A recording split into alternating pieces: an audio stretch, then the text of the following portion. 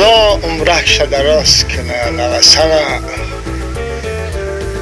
یک تا ای کیم گجا پول میوه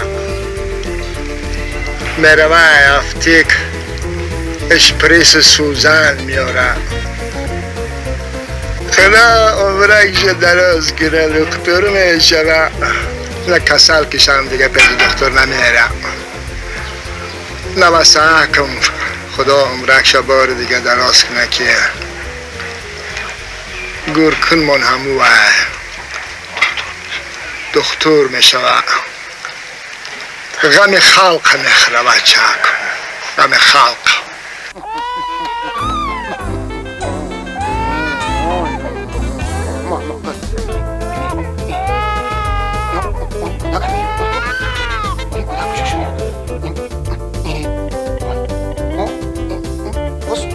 قربان خدا باشه آی سری بی جنجال و در جنجال یمونه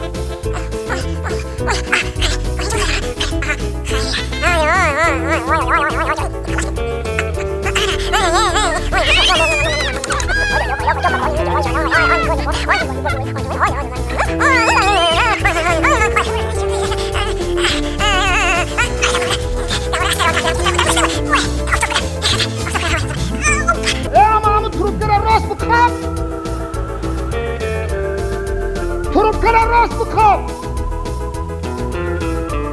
آواز دای گور میاد شاید دیجا میاد همون طرفی دهنت بودگیره در گوشت بمون دهنت بودگیره در گوشت بمون و گوشت بودگیره در دهنت بمون جمیع همه املاک به همین بیماری مبتلای بیچاره یک قوت درمان بی بی رحمتک به همه آفرین الله اکبر شانه کاره الهی برکاته السلام کشکی سلام زد بیا کنی همون نفستان مادر جان یاردم کنه دو پسرتان است همشیره بسیار پسری بخیزم بدنی ایشه پسرم اکنون همشیره اخلاص و خلاص افتند اخلاص کنید هر بلایی که هست دفع می شود انشاءالله خیلی بزودی شفا می یابید اخلاص و باز هم اخلاص اوی بچه که از قبطی همون کربا یک 10 سومه گرفته به ایشان قارتی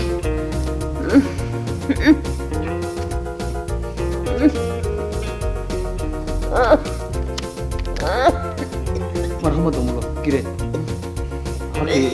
خدمت نه بلم در کار نه بلم در کار نه ماما این پولای شما لازم نیست بلم این حق خدمت دارم گیره در راه خیر یک دعا خوندیم ده نه لازم نه بلم لازم نه آخه این حق خدمت دارم گیره خیر با مادرتان تید نباشد من از دستی مادرتان بگیرم ما مادر جان گیره گیرید رازش بده بسم الله الهی الله اکبر با این چار ندهلیو تو نبود تو نبود نفشد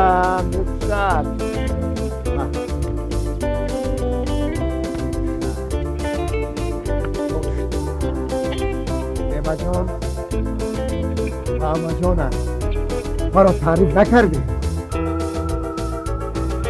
نعمت ماما جانت مرا تعریف کردی تعریف کردم گفتم که آدمی خوب است تمام چی گفتم نگفتی که غفار ماشین بخرد گفتم خب چی گفت حیران شد باز چی گفت گفتی ماشین روزم نتوانستگی تو چی گفتی گفتم بتوانم. البته میتوانم. غفار در اقیانوس آرام هر یک شده خدمت کردگی. اما جانت بکی غفار تمام نمود نقلیات را حی کرده میتواند. اگر لازم شود با کاسموس پرواز میکند. با کاسموس. اما فهمیدم. با اما جانت بکی گرم کشد. فهمیدی؟ فهمیدم. هزارها سال انتظار بودم که تو با دنیا می آیی و وجودی تو را برای خود مسکن کنم. نه هیهات.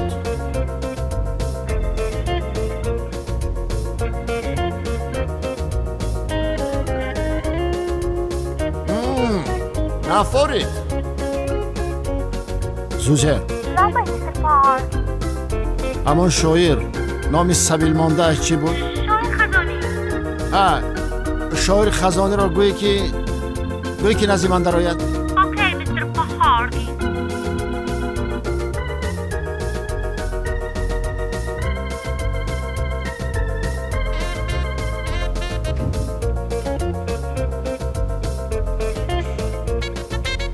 خوش خدمت. من شاعرم. فهمیدم شما شاعر خزانی. شاعر خزانی. خدمت. من در وصف شما بر این صاحب کاران سخی کوتاه‌تر یک داستان نوشتم. با سر مقصد آیم. حاتم دوران ما اگر خواهید نمیخواهم. پر کن از حلوا و نان و گوشت دسترخوان ما. زنده باشی تا ابد ای حاتمی دوران ما. خویا چند؟ 1000. توجیکی؟ نه $.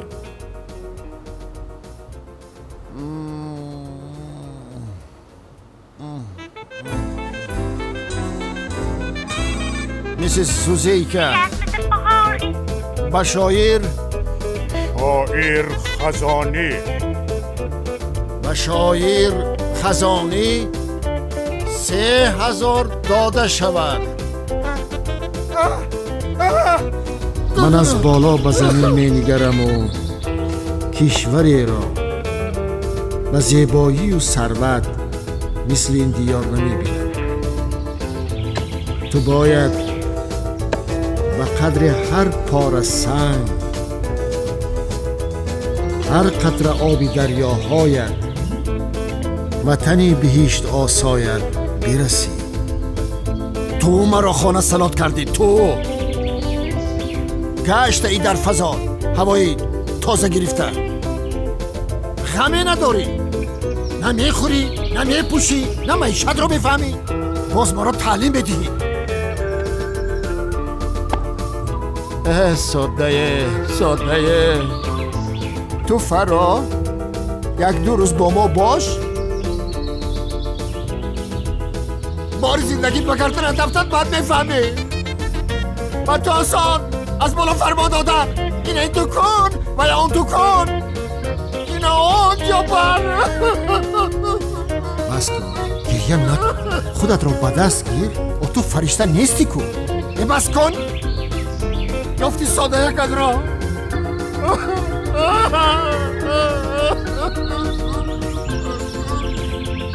ببارم به حالی خودمان.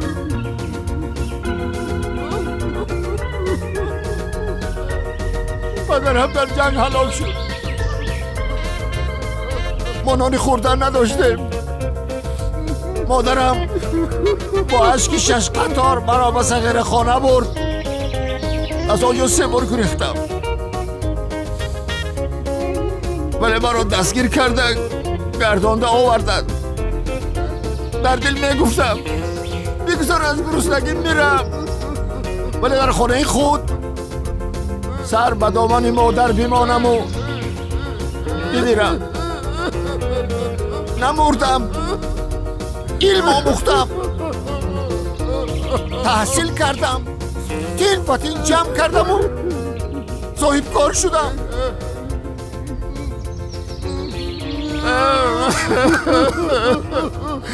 اگر تو پیدا نمی شدی تو ای خودی تو کی؟ من؟ ها؟ تو؟ من فرشتم. خیلی فرشته.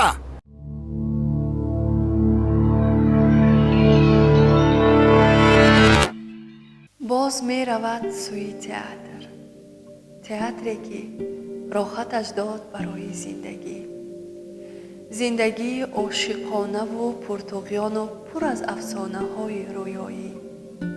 می رود تا ورق زند کتاب خاطرات دیرین و رنگینش را، گذر کند از تنگوچه های نازهای خیالش که سرشار از شادی بودند و غم و اندوه، از افتادنها و خیستنها، از جهشها و بازایستادنها. روبرو می شود با قصر آرزوهایش، جهان جاویدانه آرمانهای ناشکسته و رازهای ناگفته‌اش.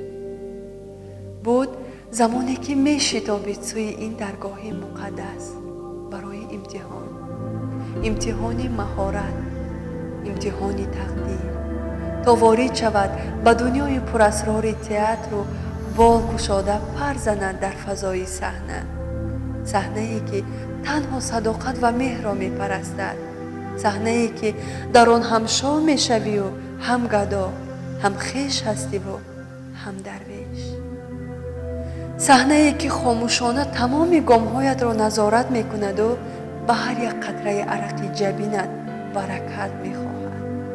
خوش، چه فکری است در سر؟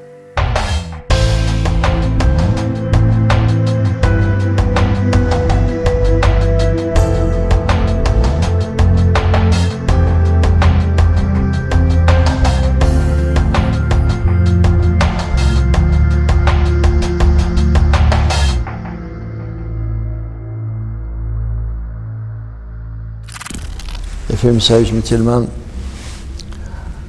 وقتی که در آمدیم بعد سوال و جواب های زیادی گفت که در کجا زندگانی میکنیم؟ گفتم در دهات. گفت که مکتب از پیش خانه‌تون دور است؟ من گفتم ها یک 3-4 کیلومتر دور است. بعد من گفتم نقل کردم که در زمستان مثلا دریا وقتی که آبش کمتر بلند می شود ما پلی گذشتن نداشتیم، یعنی کوپروک نبود، ما از بالای سنگپرها پریده میگذاریم. بعد گفت که ну вот очень прекрасно. بالای همون سنگپرها گفت ای کنید کنی در زمستان که سنگپرها یخ میبندد چه خیلی میگذارید؟ ما گفتیم پریده گفت نشانتی.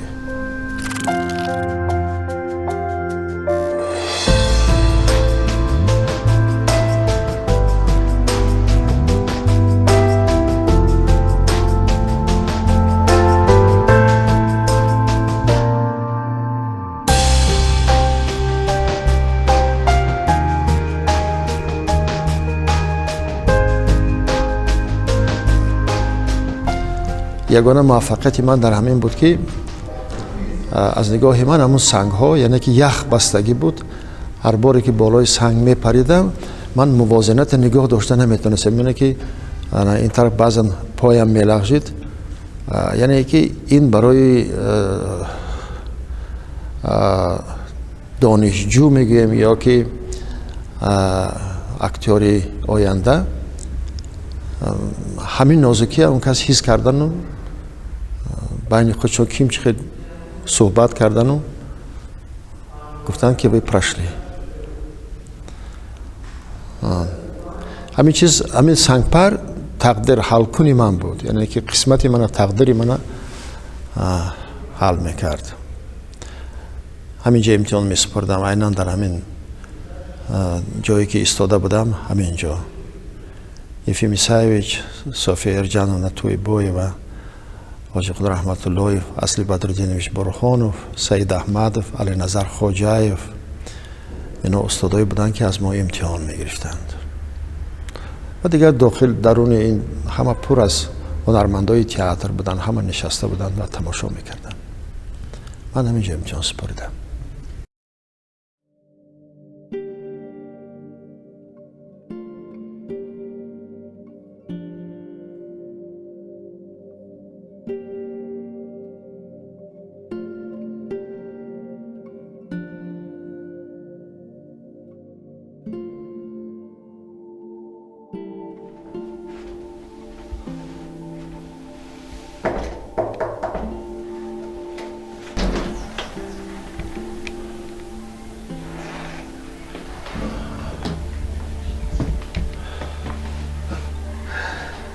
سلام خانه پرداز و رازی من.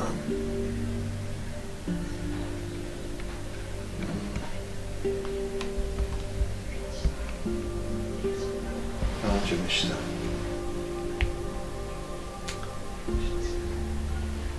جلو طلا میشتم. چطور جوره؟ رسیدی؟ خیلی وقت گذشت که هر دو ما صحبت نداشتیم. جوانی من در همینجا گذشت. با تو صحبت میکردیم، با تو راز دل میکردیم، با تو از نابرابری ها، ناامیدی ها تا آرام می ایستادی. آرامی تو یک جهان معنی داشت. امروز هم آرام هستی. چی می شود با من؟ آینده من چی می شود؟ تو می دانی. به خاطر تو من تئاتر آینک شدم. آرزوهام عملی نشدند.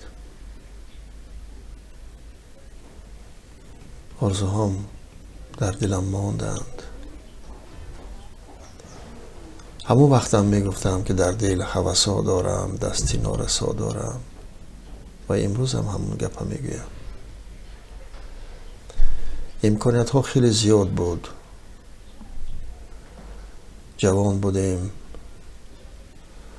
گمان میکردیم که یک عمر همین خیلی میماند، ولی متاسفانه زندگی حکم و قرارهای خودش دارد. ولی دل خنک نیستیم. از آن که هم کسبای من، شاگردای من کار میکنند در تئاترها، فرزندان من، آنهایی که در تئاترها کار میکنند، شاید آنها ایده هایی که داشتیم آنها شاید به انجام رسانند، پیش برند. پشیمان نیستم. پشیمان نیستم. بزرگترین استادای من که در جمهوری استاد غریب، همه هنرمندان جمهوری هستند، در این تئاتر خدمت میکردن به مردم. افیم سایش تلمن، صافی ارجان توی بای و حاج قل رحمت الله، اصلی بدردینویش برهانوف، حامد سید احمدوف، علی نظر خواجه‌ایف، استاد زیادالله شهیدی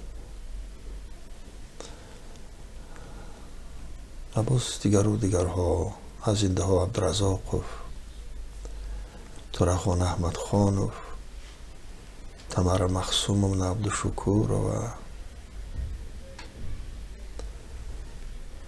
هاشم گدایوف. قریب که همه هنرمندای تئاتر سالهای 60 تا سال 90 که من از آنها بسیار چیزا آموختم و یک عمر اگر من تشکر گویم خدمت آنها رو بود کرده نمیتوانم. آنها برای تشکر یافتن من خیلی سهم گذاشتند، خیلی. و من از هنرمندای قابل بودم. هر چیزی که میشد تحمل میکردیم، صبر میکردیم. صبر بزرگترین نعمت است. این خلاصه امروزه من است. برای هنرمند، برای انسان ها طاقت کردن، تحمل کردن بزرگترین نعمت خداوند است. وقتی که نبیرهای من بابا گفتن میآیند، حس میکنم که من اکنون بابا شدم، سن و سالم به یک جا رسیده است.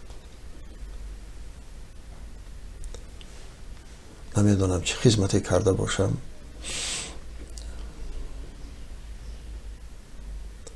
به هر حال من راضی هستم. به هر حال من راضی هستم. خماری صحنه میگیرد مرا، بعضا خماری صحنه میگیرد.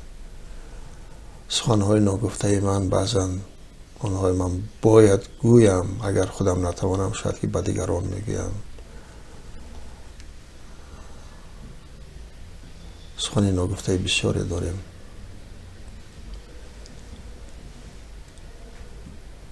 خیر، حالا که زنده ایم باز از دنیا امیدهای زیادی داریم.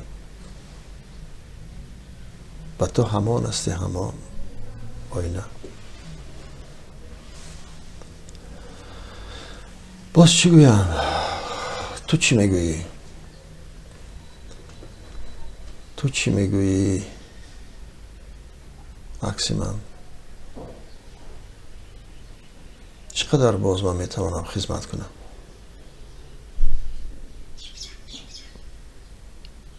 تو میدانی.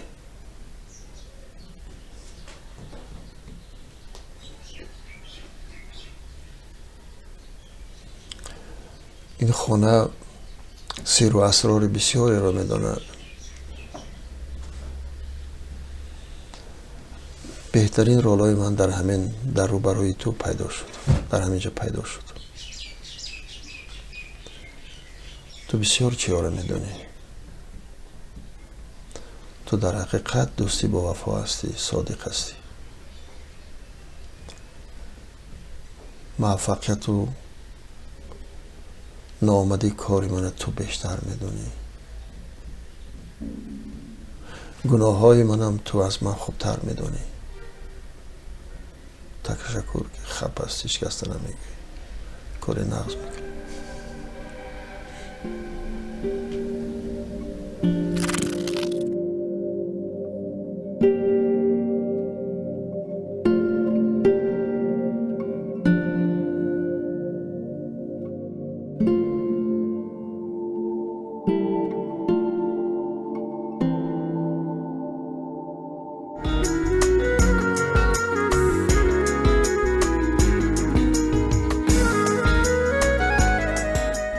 استاد، زندگی خود تئاتر است یا به تعبیر دیگر ما لوبتکانیم و فلک لوبت باز.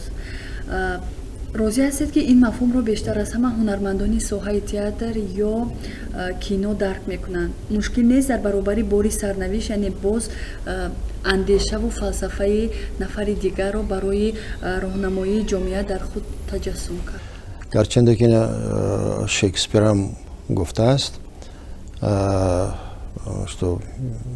تمام عالم تئاتر است و ما در آن همچون هنرمندا هنر نمایی میکنیم. یعنی خود زندگی تئاتر است. خود زندگی با همه شیرینی هایش تئاتر است. در زندگی هم فاجعه هست، هم دراما هست، هم مسحکه هست، همه چی هست.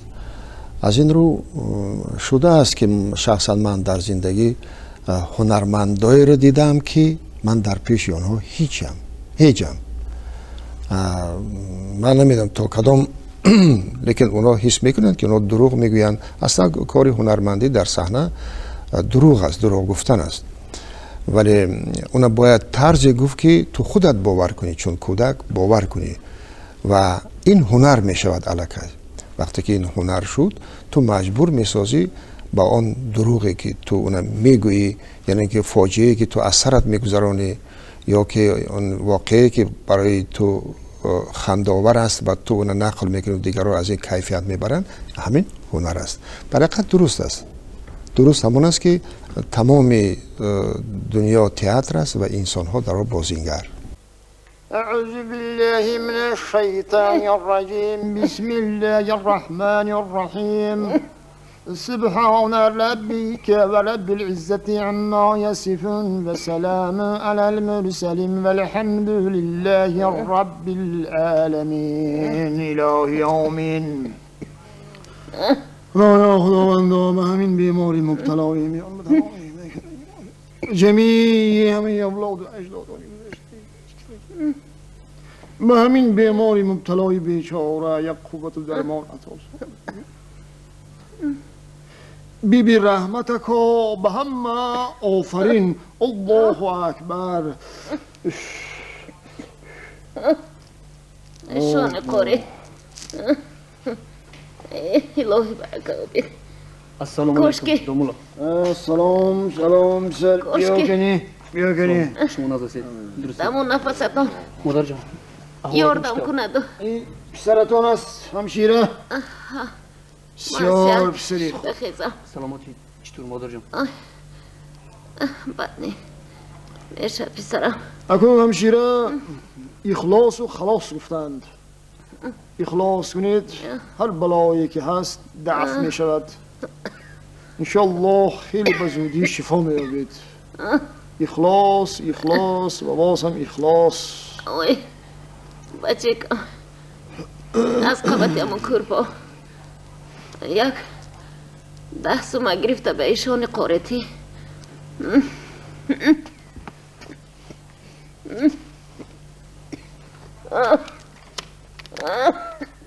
مرحمت دامولا گیرید حقی خدمت نه نه نه نه نه نه نه بلم در کار نه بلم در کار نه با ما این پولای شما لازم نیست بلم این حقی خدمتتون گیرید در راه خیر یک دعا خواندیم ده نه نه نه لازم نه بلم لازم نه آخرین حقی خدمتتون چه گیرید مرحمت خیر با مادرتون تید نباشد من از دست مادرتون میگیرم ما مادر جان گیرید گرید رازش بده بسم الله الرحمن الرحیم الهی آمین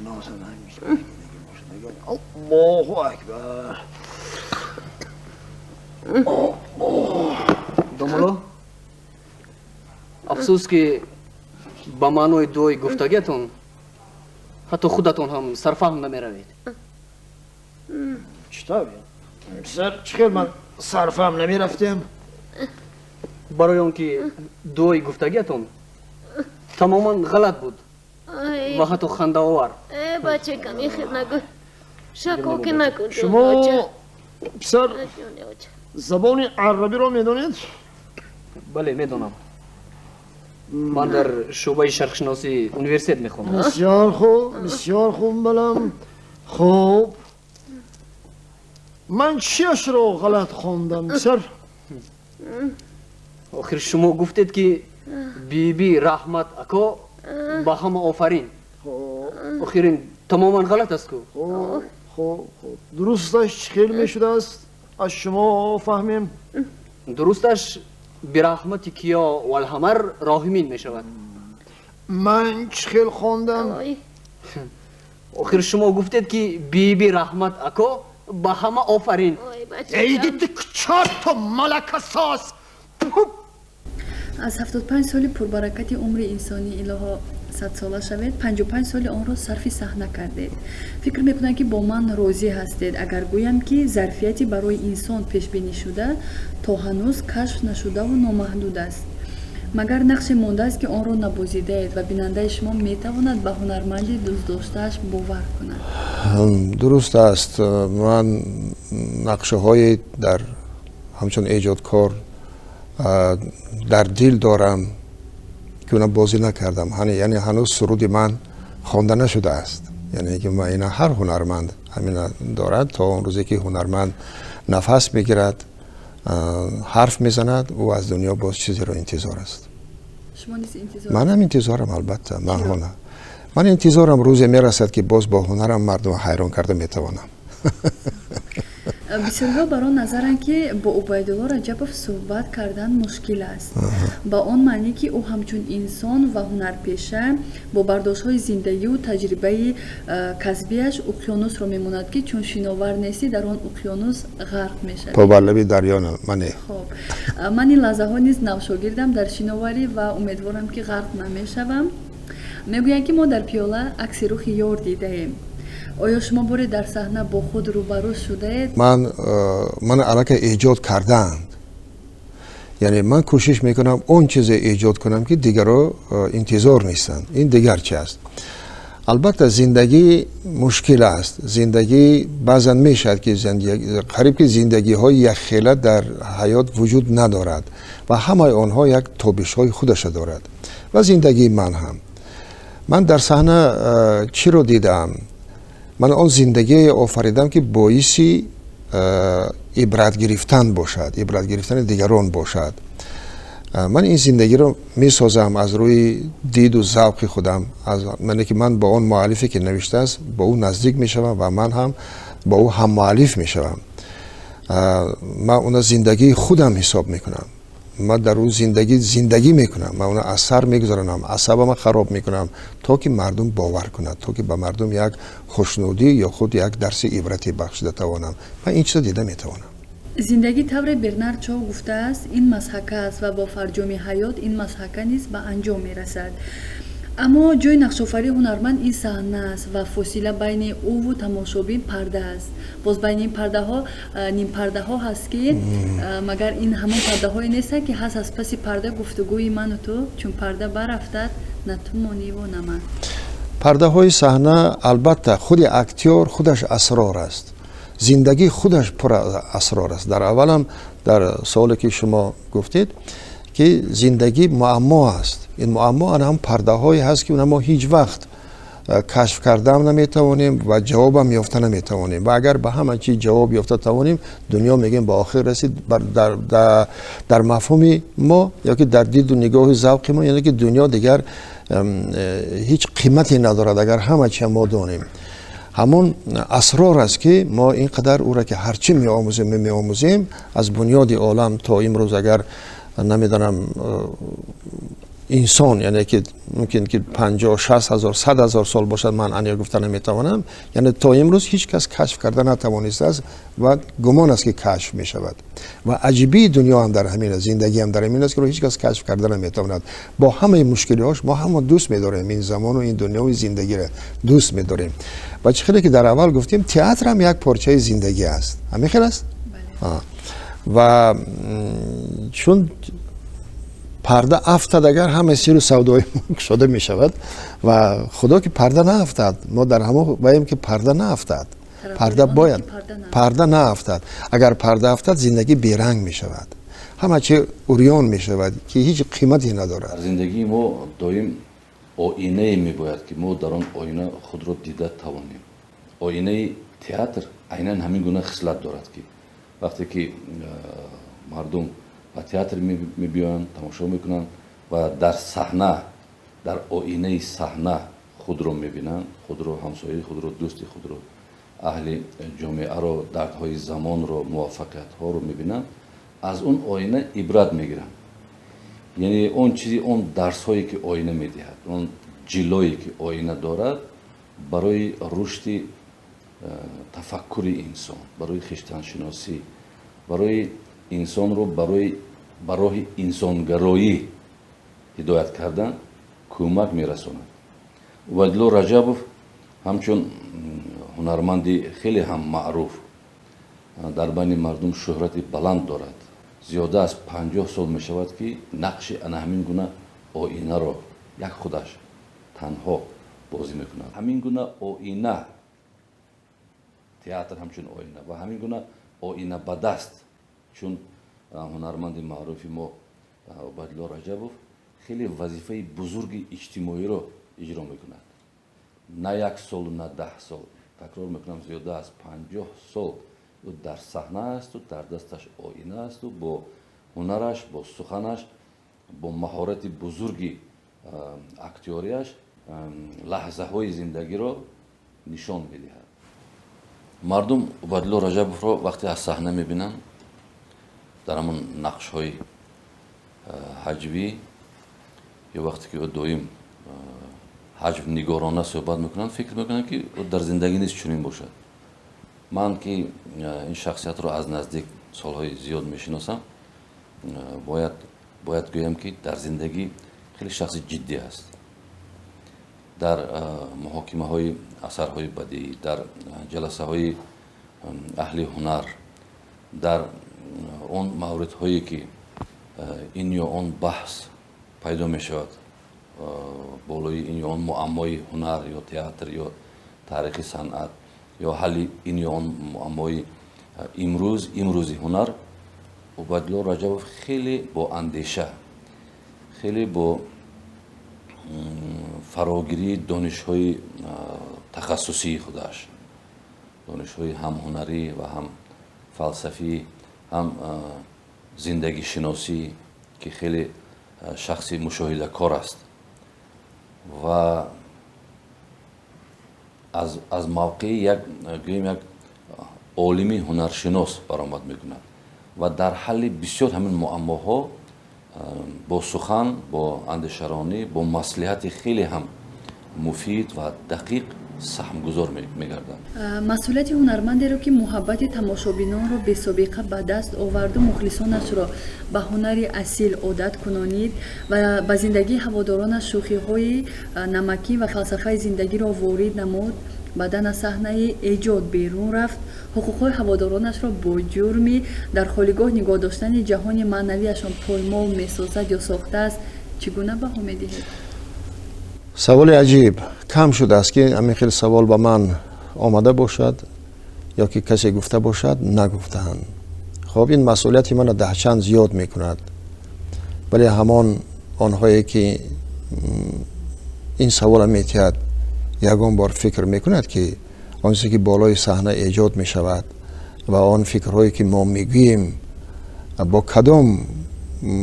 کدام قیمتی بالای صحنه میآید. این یگان کس در این باره فکر میکرده باشد یا نه. من میدانم که او بیننده است، او میگه که من باید که من مخلص شما هستم، من شما احترام میکنم، خواهش میکنم من از غذای روحی تامین ساز. ولی منم یک هنرمند عادی هستم، من البته کوشش میکنم، ولی برای ایجاد، برای مردم حیران کردن باز بعضی در برابر معنویات با مادی هم هست که اونا باید تامین کنیم. فرض کردیم برای تئاتر لازم است که تئاتر در سطح عالی باید نگاه داری که همه جزئیاتی که مرا احاطه میکند من در نظر دارم دکوراسیا، یعنی که آرایش صحنه، خواب، لباس و غیره و غیره باید که اینا باید تامین کنن. این باید تامین باشد که تو فکر، چون که اینها هنرمند یاردم میکنند، همون معنی پره میگرداند. این هم هست. هنرمند البته یک عمر در پیش بیننده قرضدار است و قرضدار میماند. بیننده یک کس نیست، دو کس نیست، میشه ذوق‌های خیلی زیاد و مختلفی هستند که همه اون ذوق‌ها باید قناعتمند کرده شود و در همین دور و زمان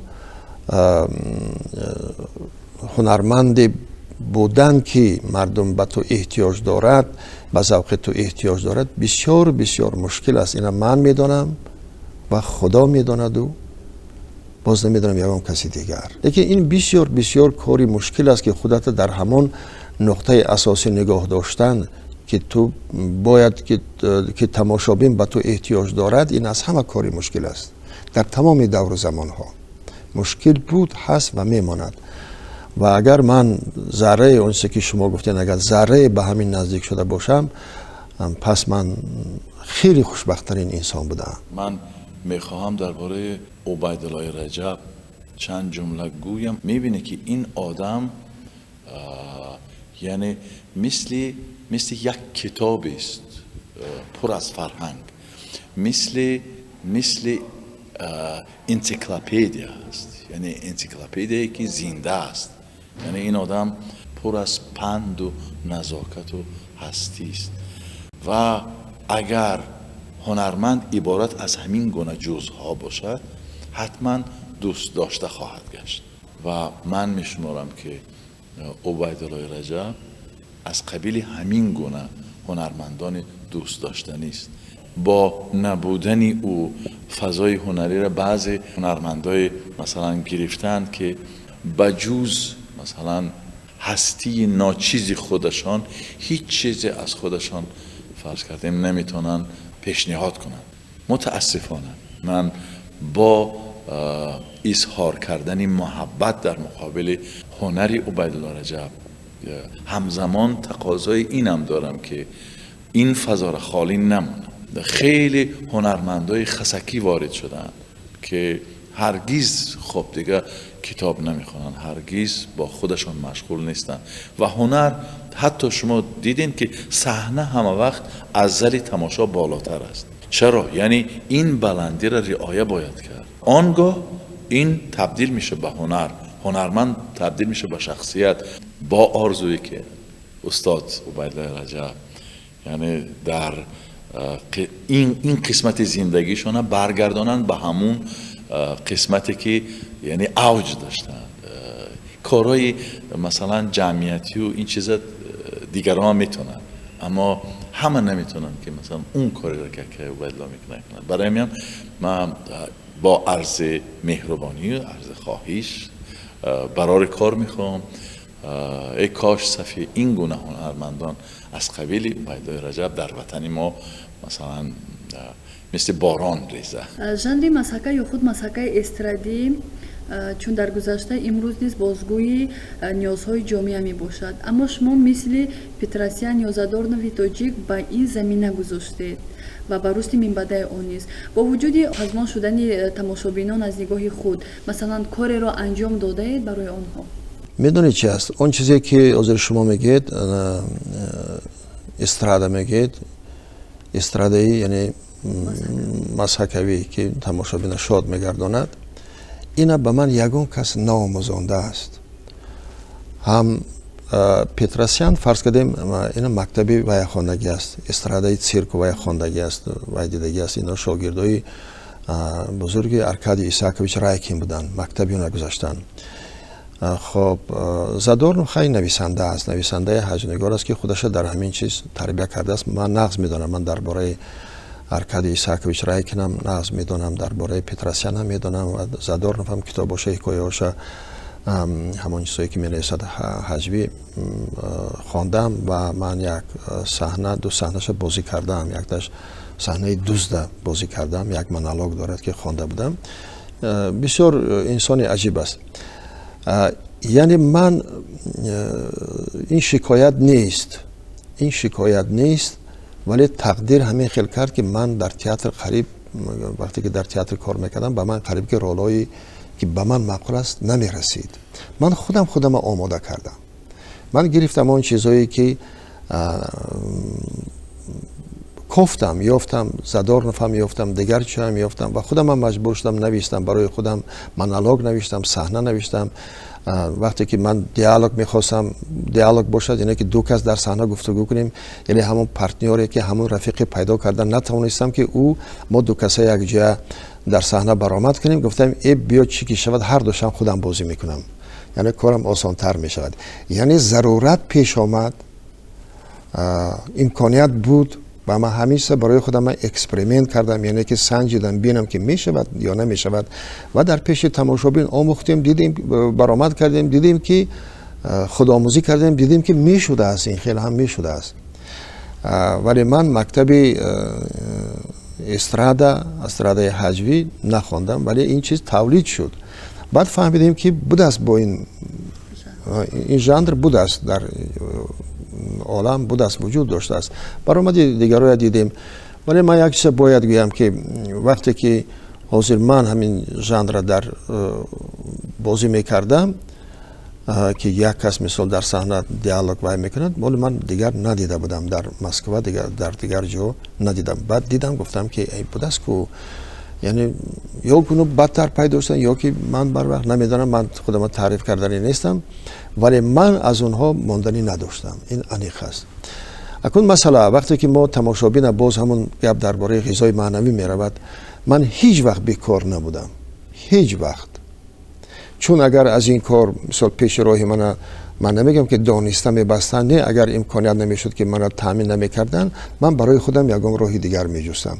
از طریق تلویزیون برآمد میکردم، مثلا در دوره های بوستان ها میرفتیم، صحنه میساختم و میکردم. اینه که من نمیگذاشتم که مردم منو فراموش کنن. من همه وقت میخواستم که همچون هنرمند که وظیفه من همین است که مردم با یک چیز تامین کنم، یک چیزی که منو فراموش نکنن. من کوشش کردم که با مردم لازم باشم و از یادشان فراموش نشوم. من صحنه های عمومی، یعنی کنسرت های کلانی که از جهت شماره آدمان که خیلی زیاد و برزیادن که از 2000 سر میشد تا 17-18 هزار که اشتراکی دارن، من به این راه، یعنی که من این کار دست دادم. این هم برای تماشابین یک کس دو کس نیست که زیادن که یعنی که این هم مهم بود برای آنها که در یک ورزشگاه کلان حاضر ورزشگاه هم وقتی که ما ساختیم گفتن که این هم میدان است باید نوروزگاه میسازیم برای این ژانر نوروزگاه هم ساختیم ما که مردم بیشتری باشند من خرسند میشم از این چیز اینم با گفتی بعضی چیزا که خودی صنعت هنر خودش دیکتات است یعنی که تو امر میکنی که نه همین خیلی میشد مردم به همین امر تو اطاعت میکنن یعنی که رسام آهنگساز سرود اون که سرود میخواند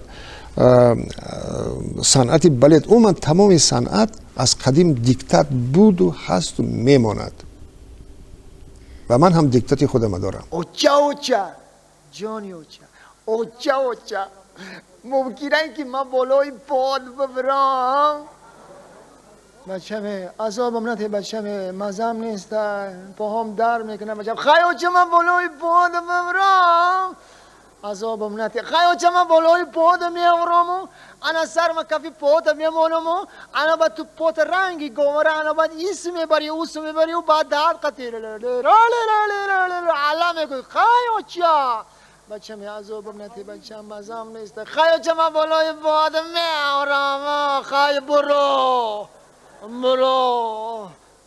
پسر بچه به زودی بالای پایهای مادر میبرد و آن طوری که خواهش دلش بود همان طور دراز میکشد و مایل غنب رفتن میکند ولی این دیر دوام نمیکنه اوچا چی میگوی بچه اوچا خیلی علم بگو بچه می درمی گرمی هوش ندارم مزم نیست خود ما درمی گرمی میفورم یک دوستی نزدیکت باشه که در یک کاسه قدوقی ترشت بیارم بخوری و جانت حضور کنم خیلی چالم بگو بچه می پاهم در میکنه کاش که تو بچه قابل باشه که دست یاچه تا بگیری و قد سنگا بری پاهای درمند یاچه تا خاک گرم کنی و تا که آخه من زودتر صحت بشم نه اوچا آدم ها آچه هاشون و مردک های کلان بالای تپا میبرن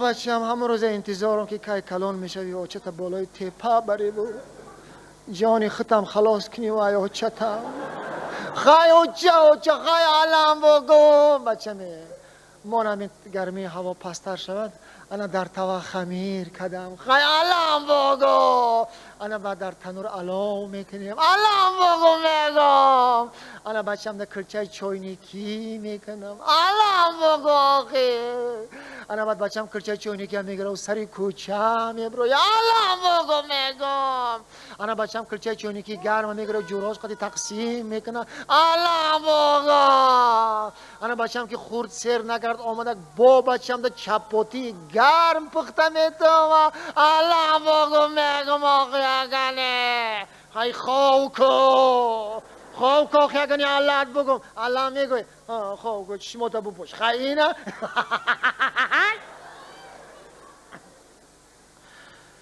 او بچم درین امروزی خواه بره بچم الا بپوش چشمو تا عذابم نتی خیلی چه گب نزه خیلی علم بگو خی شما تا بوش بچم شما تا بوش کنی علم بگم خیلی نه اوه بچه یکم و یگانه یا چرا خواه بره بچم علی شما تا بپوش مزم نیستن بچم عذابم نته او بچه یکم و یگانه یا چه بچه ای در بدر یا چرا خواه بره بچم الا اوریه ترا میگومه بپوش ماتا حلقم قاق شید خیلی نه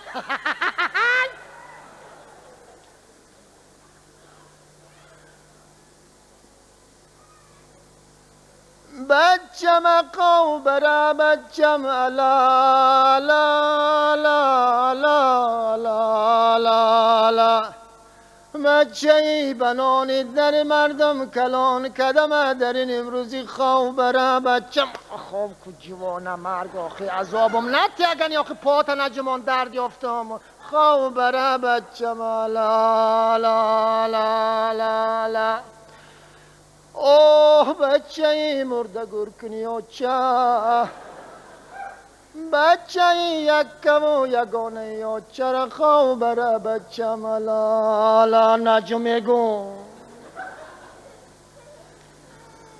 اوه بچه کلخاز یا چه بچه پادراز یا چه بچه دواز مخواب بره خیال چه مرا دواز نگو خیال ده تا بپوش ده تا بپوش بچه می ده تا بپوش خواب کن شما تا بپوش خیلی آخی اوچه خیلی راست شو بگو که ما اوچه داشتم بچم ما اوتا داشتم بچم البته اوتا داشتم اگه بی اوتا کجا پیدا میشریم خیلی اوچه بگو که اوتم خیلی بد بچم اوتاد یه مرده که قلب بلام بود قلب بلام بود بچم بوز بلام بود اوتاد که بوز بلام بود ای کوچه میگذشت آقلای همسایه میجمید زنکای دیها به تماشای اوتاد میبرامدن ای سری دیوال ای بین جگاری هاشون اوتاد تماشا میکدن قلبلا بود گمان میکردن که البته در بلا یگان اسب آمده است بچم اوتاد هر چیشم داشت این همی شفتالهای بابید واره واد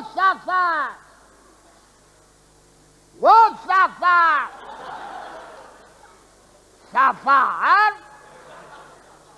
وی کلها میگم آخی نیومید من الفتی لرکی کنسی نیومد وی میگم آخی وی که اگه جیر سر در آخی اوچه خیلی کیه بچه می بابیت ایاسی آمده نواسش در درون خونه خواب برده در ایدرو محکم کرده بیچاره موی سفید در آمده نمیتونه اکو واد سفر یک جوانه مرد داره وی که آخی اگه ما بلدم آخی این صف شخلا میگیره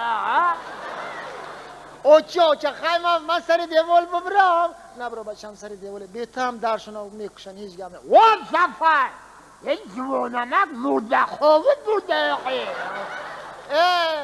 نبرو بکش سر دیوال مردم نبرو بچه نه سر دیوال مردم نبرو بچه نه دیوالای مردم چپا میکنی یکم مار یکم کاش دما یکم زنبورای میگذته ای مال مرا بگذه نبرو بکش سر دیوال مردم واد سفر اینا بر آمدم اوچه همه انگورا بیچینم بچه می نه چه انگورا خومه بچه می انگورا خومه میخوری زردت میشه و کسلت میکنه نه چی میگم اره چینده که خاک بخوریه نه چی بچه می نه چی انگورا که خومه نه چی بچه دیدی سینه حوله خودمون اویزانه همه که پختک هر ساله وره خودمون میچینیم بچه همه قن وره شیرینه انگور من بسته بعد میشینه میچینم نه چی بگو آره چینده که کما رئیس ما رئیس من گوری خوبه او خورده ای زردت میشم ممبری مال ما بمبرم اینا چندم اینا خوردم اوچه چی با من ممبرم کما را من گوری دستم پارتایسی کما خاک بخوری جوانه مرگ آخه کسلت میکنه آخه می انگوری خوامم بخورده نه چی خیلی میخرن شما اینه اینه دروشه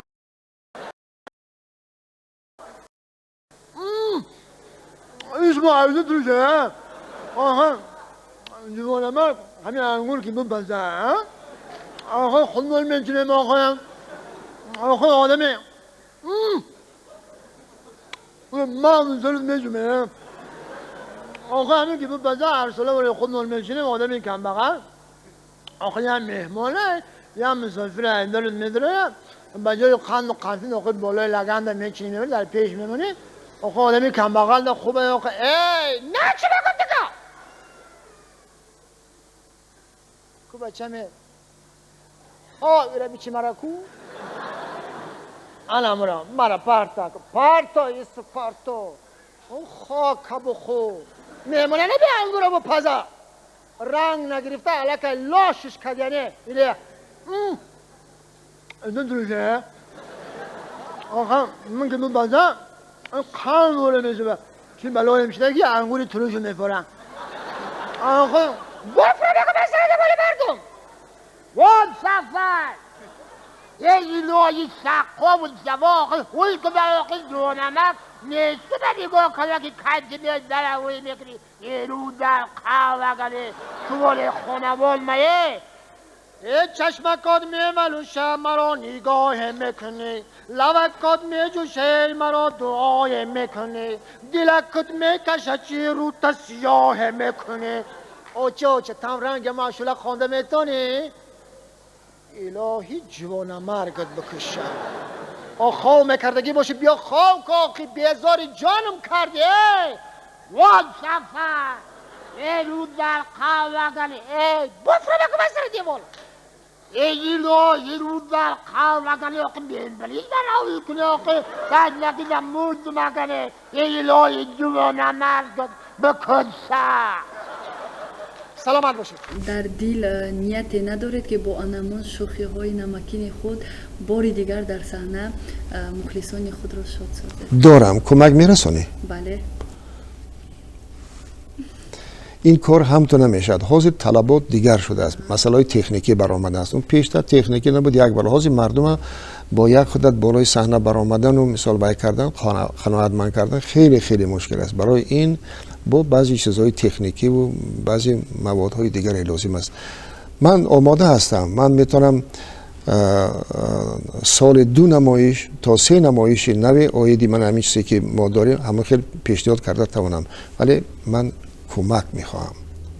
با من اگر دستگیری کنن انا خب من نمیگم که هستن آدمایی هستن که امروز صغیر خانه های یاردم میکنن، آدمایی که زندگیشان مشکل است یاردم میکنن. امروز صنعت ما هم محتاج همین کمک است.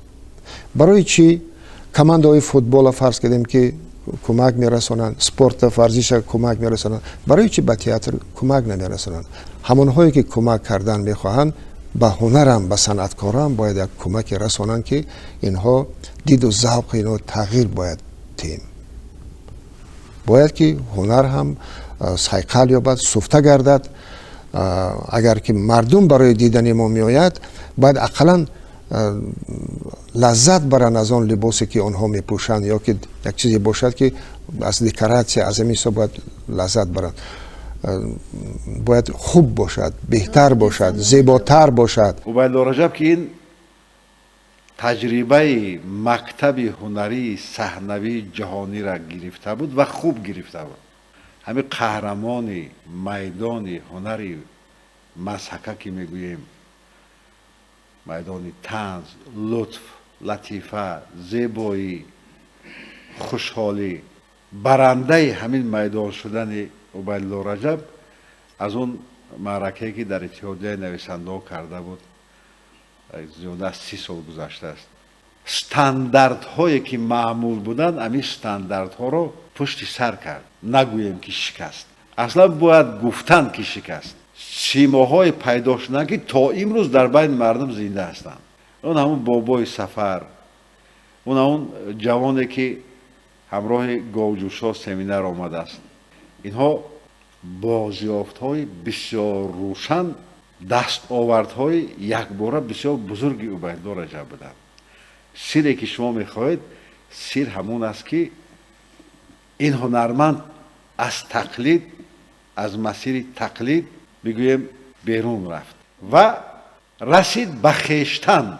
عبید رجب مرحله های بسیار جدی خدمتی رو اثر گذراند، اما یگان لحظه از جستجوهای ایجادی خودش باز نمانده است. من آرزو میکنم که هنرشان شکوفا باشد، طالعشان همیشه درخشان باشد و همیشه همین گونه آماده خدمت کردن در صحنه ملت معظم تاجیک باشند.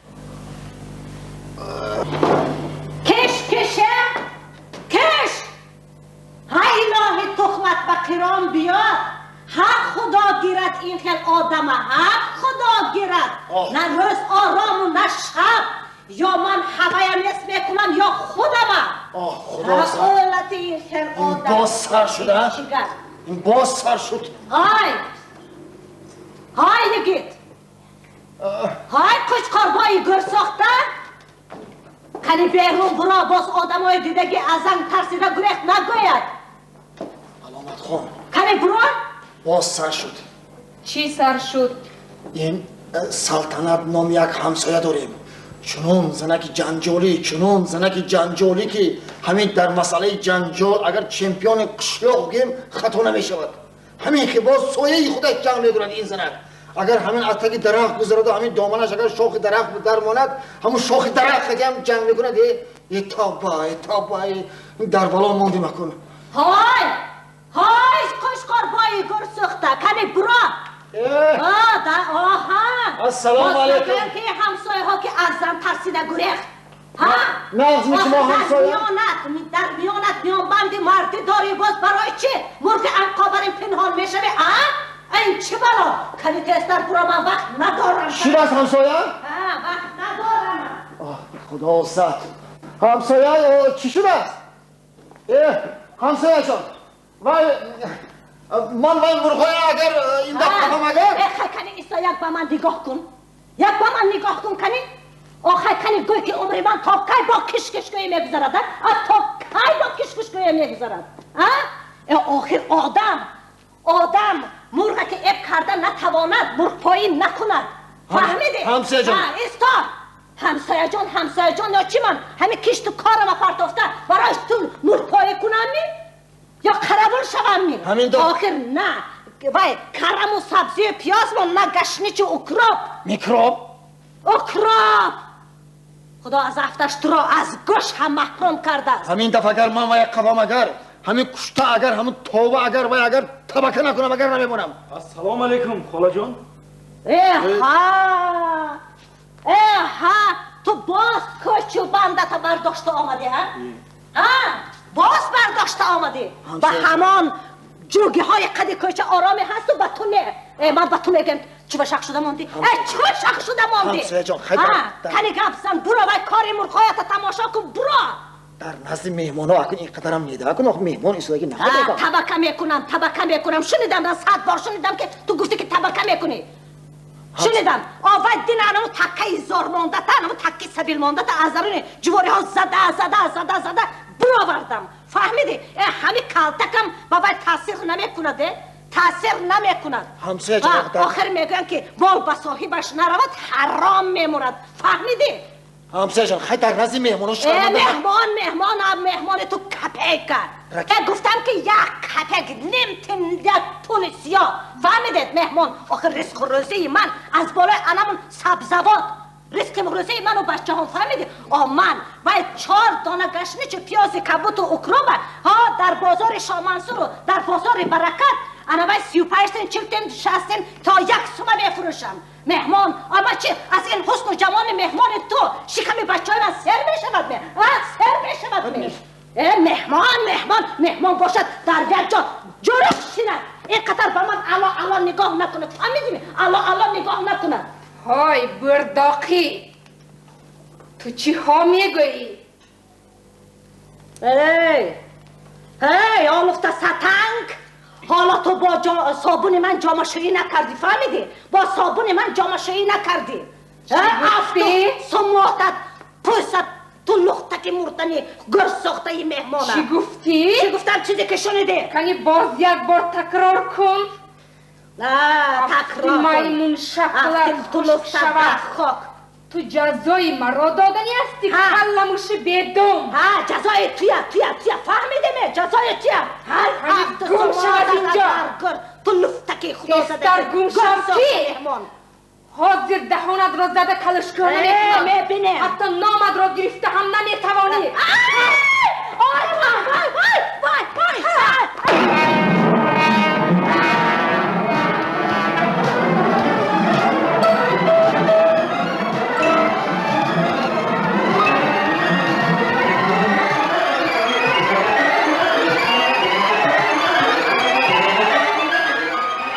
یک بار ببین زده دهانت را از پشتت میکشایم از زمین را سر کرده آهسته آهسته گپ زدن را یاد میگیری فهمو؟ عالم جان فهمیدم انا همین گپ همین فهمیدم انا اکنون مرش از اینجا اگر خواهی که به دروازه مهر نشوی آهسته آهسته پای مانده از اینجا برآمده رو فهمیدی؟ فهمیدم کچکار فهمیدم انا همین طور ای خیریت ای چنون حاضر در بین دو چشمانت چنان زنم که گپش رو نگردون خودت بارکالله میگویی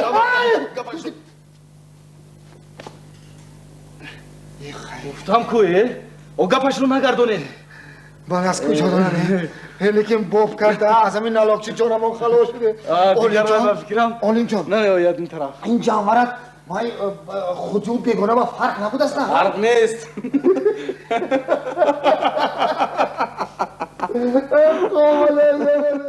در جای خونده بودم که در آنجا گفته شده بود که عکس طفلی من با من با تبسم می‌نگرد با من نامهربان بودی و دویدی سوی جوانی اکنون که در حسرت منی کوبی و مرا دریاب شما نیز باره به خود چنین سوال دادید که اگر از نو جوان می شدم همین کسب من انتخاب میکردم چون که من خودم در همین کسب یافتم و شناختم و من کورنمک بودن نمیخواهم شاید در جای چیزی رو عوض میکردید من سوال آمده است من این سوال خودم با چندین بارها دادم من یگانه چیزی که افسوس میخورم من وقت از دست دادم یعنی تو خودم در این ساحه شناختم انچه وقت گذشت من در دیگر ساحه هم خودم میخواستم سنجم من پیش از همه میخواستم که رسام باشم بعد با دستگیری برادرم که میخواست که من یک در عالم موسیقی باشم یا دیریژوری خوب شوم و به همین نیتم من در آموزگاه موسیقی در دیریژوری هم یک چند سال تحصیل کردم و چون ما در اینترنت بودیم و ما که تئاتر رو ما بیشتر می بردن تئاتر می رفتیم موزه می رفتیم تئاتر روسی تئاتر اپرا بالت خب تئاتر لاهوتی بیشتر می اومدیم و من خودم در همین ساحه یافتم و سال 59 من استودیو نزد تئاتر لاهوتی آمدم پیدا شد اولین بار و در دست استادان بزرگی چون افیم سایج میتلمن اساسگذاری تئاتر لاهوتی و استودیو ما هم تأسیس دادند صافی جانونا تویبویوا حاج اقبال رحمت اللهیف اصلی بدرالدینویچ برهانوف حامد سید احمدوف خوش که باشد علی نظر خوجایف و دیگر هنرمندایی که همون سال در تئاتر کار میکردن و ما در تالار خرد مشق میگذاشتیم همه آنها استادای ما بودن ما از اینا بسیار چیزای آموختیم من فکر میکنم وقت برای بس نرفته زیرا برای هر یک هنرمند آگاه بودن از هنری رسامی و موسیقی این خوب است درست است من اگر که من آگاه نمی شدم از این اگر آگاه نمی بودم فرض کردیم از عالم موسیقی از عالم رسامی از عالم رقص و غیره در ساختن این نمایش‌های کلان حجم خیلی عذاب میکشیدیم چون که وقتی من با آهنگساز کمپوزیتور انیقترش وقتی که میشنم من کوشش میکنم که در زبان او حرف زنم و همه خیلی وقتی که با رسام میشنم وقتی که ما طرح دکوراسیون یا خود که نمایش میسازیم اونجا باید یک آرایشی باشد من کوشش میکنم که در زبان او گپ زنم تا کارمون آسان‌تر شود و اون منو خوب فهمد وقتی که با سراینده ها صحبت میکنم من کوشش میکنم در زبان او دیاپازون او میفهمه که چه دیاپازون در روی سروده او خوانده میتواند نمیتواند برای من هم آسان است و هم مشکل نویسنده روس مارینا цветаева میگوید که برای موفق شدن باید وقت را خوب استفاده نمایی یعنی همه کار را در وقت سری وقت اجرا کردن است شما آن همه وقت را توانستید استفاده نمودید نه 100% نه 100% من نتوانستم بعضی نمایش های ما خام است خام است از آن که وقت نمیرسد. شما بینید ما فرض کردیم یک نمایش جشنی فرض کردیم که استقلالیت میگیریم که هر سال جشن گرفته می شود. سناریو می نویسیم، سرودار انتخاب میکنیم و با رفیقا میفهمونیم که همین سرود باید در فراون روز آماده باشد تا که ما مشق کنیم. لیکن برادرها اینا نمیفهمند، گمان میکنن که همونا تنها اند، یک سرود تیار میکنن، بعضیشون عموما به مشق نمیآیند. یعنی که وقت هیچ وقت من و شما رو انتظار شده نمیتواند، وقت او رفتن میگیرد. و من در زندگی همین وقت عموما مردم ما قریب که همین به قدر وقت رسیده نمیتوانیم. باز میگم که وقت نگاه داشته نمیتونیم، اون وقت و مهلت هم دیگر تغییر داده نمیتونیم. مهلت انیق شده است. هرچی که بر رفیقا میفهمونیم اونو بعضیشون یا فهمیدن نمیخواهند و بعد میفهمن که الکی دیر شده است، وقت از دست رفته است. و برنامه‌های ما عموما در همه کار، در زندگی، در روزگار، در درسم، در دیگر جام همین وقت باید که با مسئولیت، با چی میگن، باز یک حسی مسئولیت بلند باید استفاده برد. وقت بسیار چرا حل میکند. دیروز بنابر بی اهمیتی شما رفیق مادر کلام، رفیق گربه یک پیاله قایماق را پاکیزه خورده است. یک پیاله قایماق را. اوه اینم گپ شد. رفیق دخترچه خوردی همان باشد. توفلی های ما را چنان به هم دیگر سخت بسته است که من پیش از کار به کار برآمدنم 15 دقیقه وقت قیمتی خود را برای کشیدن آن بندهای توفلی صرف کردم و نهایت کشیدم که در این کار نیست شما رفیق مادر کلان عیب داره. همین بهانه شد و توبه. وای وای وای. ضمناً باید قید کرد که رفیقان مسئله مذکور را البته اینطور به حال خود ماندن هیچ ممکن نیست. رفیق زنک هرچی تیزتر برای برطرف نمودن این کمبودی ها شما رفیق زنک، شما رفیق مادر کلان باید که کمر همت بندیم. برای این پیش از همه رفیقان قوه کلکتیو را به اینابت گرفتن لازم، فکر اکثریت را شنیدن لازم. تنها انا در همین صورت ما میتونیم همه نقصان هایی که در عائله ما وجود دارد آنها را برطرف نماییم. رفیق مادر کلان آرام هیچ گم رفیق زنک، آرام شوید رفیق زنک. ما البته این مسئله ها را در جمعیت های آینده نه یک بار و دو بار به طور کنکریتی دیده میبریم رفیق مادر کلان. لیکن من باید گویم که در این کار برای برطرف نمودن این کمبودی ها به همه ما چی لازم است رفیق مادر کلان و رفیق زنک؟ وقت. بله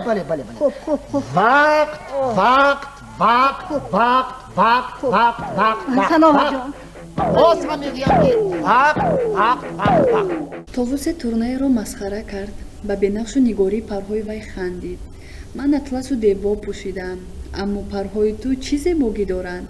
Турна дар ҷавоб гуфт: ман ба ситораҳо суруд мехонам ва ҳангоми парвоз баландиҳоро ба зеру пару боли худ мегирам.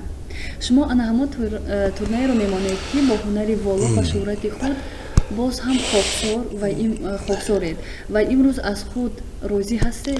من در این سوال شما باید تشکر گویم برای مهربانیتون. میدونید اکنون جواب به دیگر چیز، اصلا هنرمند هیچ وقت راضی بوده نمیتواند. اگر که او راضی باشد پس او گویا که او مرد، زندگی تمام شد. من میدونم که این نمایشی که من کردم فرض کردم که یا که از رولی که بازی کردم در کینو، در تئاتر، در استرادا، یا که نمایشی که برای مردم کردم، این دوام کاری من است.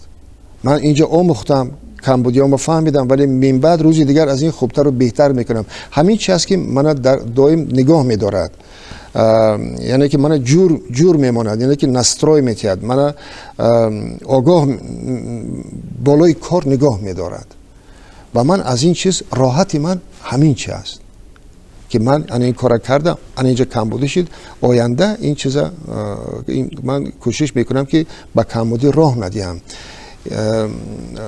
میدونی فوند لغوی من اونقدر بای نیست، بعضی عباره‌های در تاجیکی اونقدر خوب کوشش میکنم گویم. من نه تاجیکیش میدونم نه روسیش. انا از این رو میگویم که بخت من همین است که من همین چیزایی کرده میتوانم و من هیچ وقت گفتن نمیتونم که این همین شاهکاری من بود که این دیگر از این خوبتر و بهتر کردن نمیتونم. نه، این کاری نوبتی من بود. من بعدش از این خوبتر و بهتر می شود و من خودم همین خیلی تربیه میکنم و اون شاگردایی که دارم اونها هم همین میگم که هیچ وقت ما باید از کار خود قناعتمند شده نتوانیم. آن چیزی که دین همه واه واه گفته قرصک میزنیم و الکی کهنه شد. امروز باید نو باشد، چون که زمانه همین خیلی است، زندگی همین خیلی است، فلسفه حیات همین خیلی است. آن چیزی که دین نو بود امروز الکی کهنه است.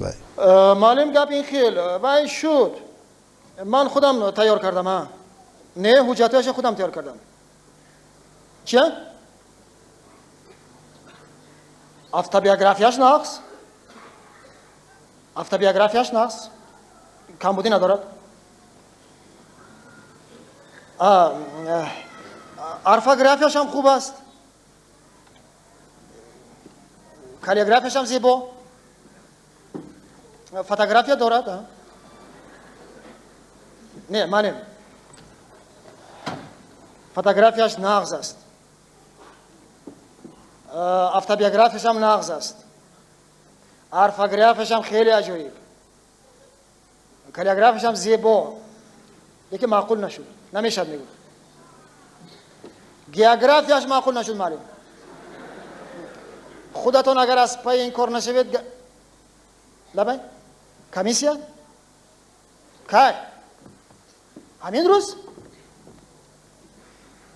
چند کس معلم التماس میکنم شما میتونید اونها یک دو سه دقیقه وقتشون گیرید که من تا اومدن اونها بعضی کمبودی ها زمانه اصلاح کنم بعضی کمبودی های خردک که زمانه تا شما یک دو سه دقیقه وقتشون گیرید یک نیم ساعت برین یا یک ساعت برین با خوبتر تا اومدن اونها من همین بعضی کمبودی های اصلاح و یا برآمدن خوب تشکر معلم بعد صحبت میکنین نباشه معلم خوب عذر خوب خیر السلام علیکم معلم سلام ممکن معلم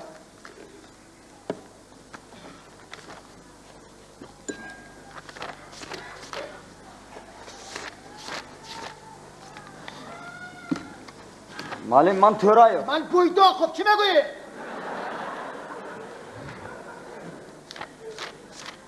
معلم ای سنگکزاده کشت کو کیا کشت گپ در این که معلم همون سرودی فرمودتون همش تیار شد برای بستان و اگر یک کنکورسی گفته بودید که معلم لیکن سنگکزاده همین دو پایش در یک موزه جای کرده میگه که نخون گفتم باشد نخون وای سنگکزاده آدمی با سواد وای دو اینستیتوت خواندگی آدمه یک اینستیتوت من پارسال کام کرد دیگرش 10 سال پیش همین سنگکزاده بله چه معلم باید با سرود تماما یک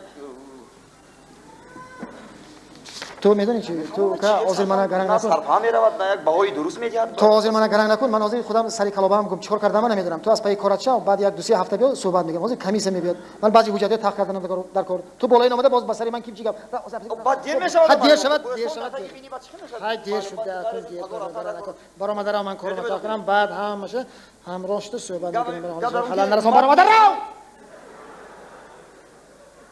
مات بی سرود در جاش معلم اوهنگش هم معلم کجا رو تاجیکی میفهمی تاجیکی میفهمی میفهمم برده بده برام مادر رو بعد صحبت میکنیم بعد دو سه هفته بیا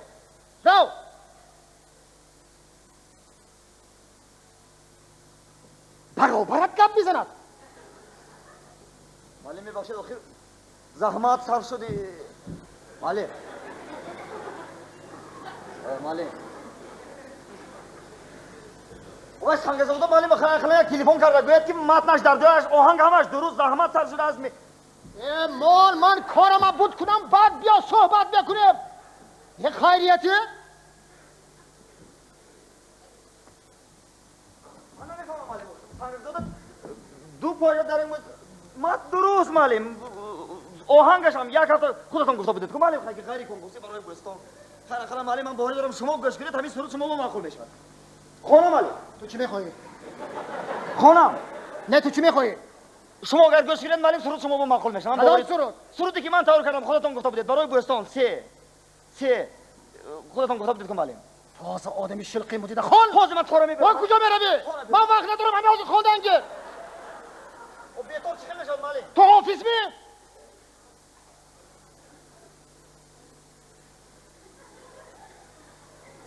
حافظ معلم حافظ تو حافظ می حافظ معلم حافظ باشید تراشه خجم میخونی خوندن گیر چی کتی مالی؟ تراشا کتی ها خون ای دور و دراز تا پگاهی خواندن نشین یک مصرع از اولش خون یک مصرع از آخرش وقتم نیست منه بعد چی خیلی میشد؟ نغز میشد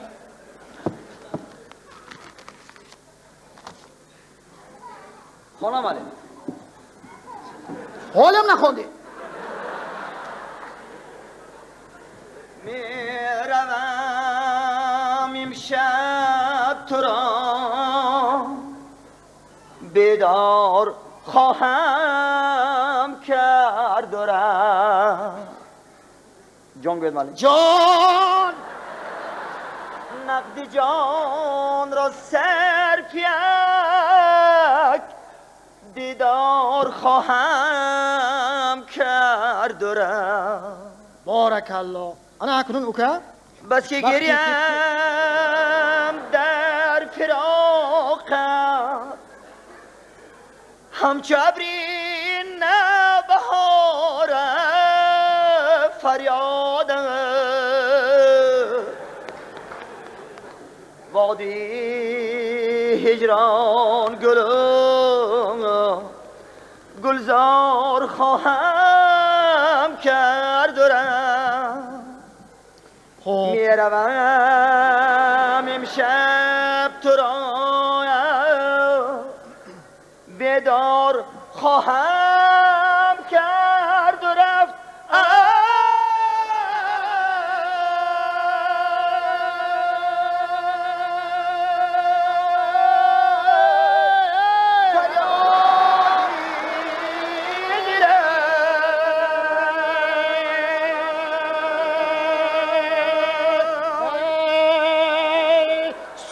سرودت از سرت ماند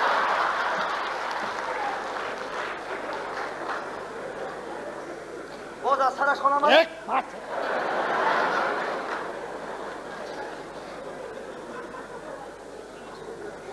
چل مالی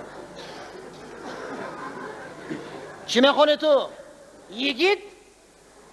غیری کنکورسی مالی من تو با چی گفتم؟ من تو را گفتم که یک مصرع از اولش خون یک مصرع از آخرش این عربای شلق کجا کشاله کرده برده ایستاده ای چرا را با من؟ تو من چی خواندنت میفهمی؟ میفهمم معلم خدا چی میخونی تو؟ غیری کنکورسی نه تو با معنای شعر خواندگیت سرفهم می‌نویسی برای بستان داخل بردی بداشت سه تو چی خواندی حاضر؟ تو خواندگی میروم امشب تو را بیدار خواهم کرد و رفت تو خودت کی؟ نه تو خودت کی؟ برای چی نصف شبی آمده آدمای خواب از خوابشان بیدار میکنه؟ هم آدمای خوابا بردی بداشت یا توبه او خودش گفت کو میروم امشب تو را بیدار خواهم کرد و رفت گفتگی کی بود؟ سرود بردی بداخل نه ما تو کی؟ چه کی؟ تو تکای نصف شبی آمده آدمای از خوابش بیدار میکنی و با این نه تو چی؟ بردی بداشت کدام آدم؟ تو چی دمکان می تو؟ چه دمکان؟ او باش می تو؟ چه باش بردی؟ مال آدما خواب روند کدام آدم؟ دم گیرن بردی بداشت من نمیفهمم کدام آدم؟ میروم امشام تو را بیدار خواهم خیر روی رفتن گیر چهار طرفت قبله قبله بردی بداشت شان میرفت است و باید همه بیدار شوند بود است کدام همه بردی بداشت من با امید آمدم که شما سرودی من این متن سرود است بردی بداشت نگو تو سرود خوان آدمای بیدار نکن بیدار نکردی میروم خودت گفتی کو؟ گفتم بردی بداشت میروم امشب تو را از خواب بیدار گوش کنید بردی بداشت شما منو درست فهمید بردی بداشت این سرود خودتون فرموده بودید غیر کنکورسی برای بوستان نه آدم که از خوابش بیدار کردی سه او بیدار کردی گپت گوی بعد رو کدام آدم چخل بیدار بردی بداشت من نمیفهمم برای چی باید آدم از خوابش بیدار کردی و گپت نگفتی و برآمده رفتی ای بی انصافی وای از کار آمدگی وای زنکی بیچاره وای مانده شده که شاید وای در کار وای دوست منه کار کرده باشد باز وای خانه میبید شوی رفت رب وای خوراک پسی وای پسری خوردکک دارد شوهری کپ کلان دارد وای کودکش خوراک میتید شوهرش شیر میتید بالای این تو آمده بالای سری وای با میروام امشب تو رو بیدار خواهم کرد و رفت چیه شما در نظر دارید؟ بلی بدوز کدام شوهر چه کودک؟ چیه در نظر دارم چیه؟ من با امید پیش شما اومدم بلی بدوز از دستی سنگ من نغز میدونم چه اخی گپت باشد روز بیا روزانه ها در کیم کجا ها غیب میزنی خوب دم میگیری راحت میکنی و بعد شب که شد ها کرش پرکا بریم بعد با شکار میبری من نغز میدونم که برای چون همون شب تو آمدی و گپت نگفتی و تو من خواده کردی کدام شب چه خیل گپ چون که آمدی دیدی شعر خواندی که دیدی که شوهرش در خانه گریختی من بلی بدوز من میفهمم کدام شوهر چیه؟ من میفهمم بلی بدوز من درست فهمید شما بلی این هم گربه این هم گربه لیکن یک تای دیگرش میخوند های گله بردن گله بلبله بردن گله های گله بردن گله بلبله بردن گله این گله کجا مانیم در حولی میرزا گل میدونی کی؟ رو میرزا گل هم خریول مگزین؟ حکایتی مگزین دیرکتوری باغ مدنیت ما بردی بدوز در باغ مدنیت بودو شده است ما یک بیخ گل داریم آوای کنده میبرید آدمای باغ آمده که چیه بوی میکشن الله توی بوی میکشن یا که منو من نمیفهمم بردی بدوز شما چیه در نظر دارید این با من چی تو در عمرت یگان بار یگان بیخ گل شنوندگی می یگان درخت علف شنوندگی می بلایا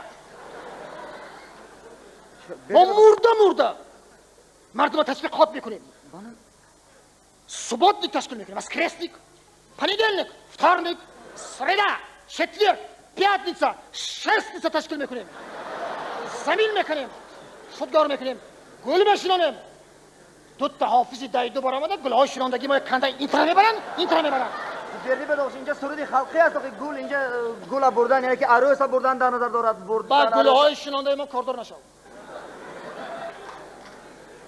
شما چی میخواید چی رو در نظر دارید من یک تای دیگرش میخورد من دادن جامی به قراری به من دادن جامی به قراری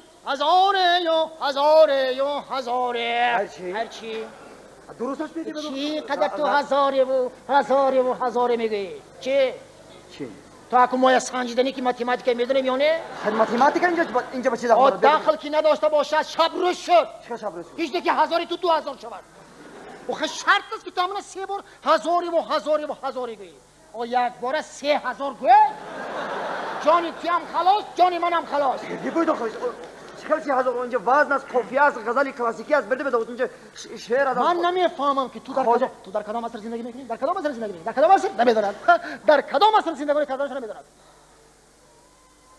در عصر 20 عصر پروگرس تکنیکی کائنات هر روز کشتی های کیهانی میپرن عصر سرعت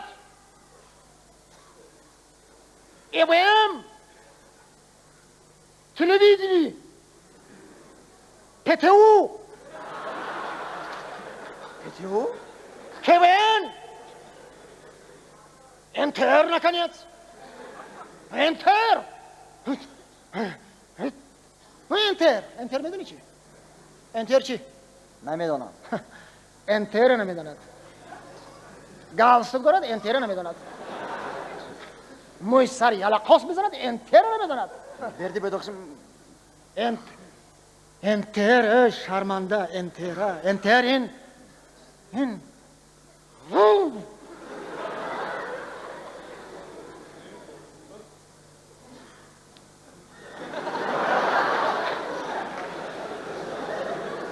انتر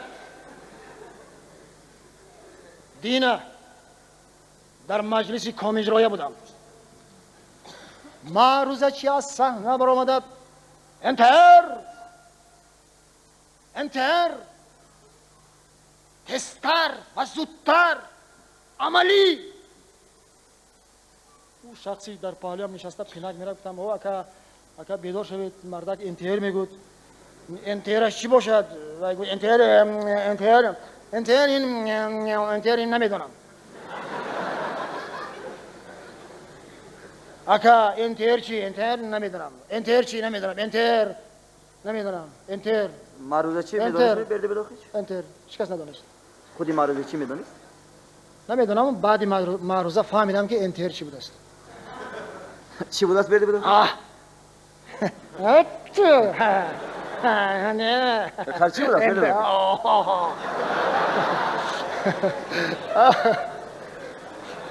انتر نمیدونه. خب مالش انتر این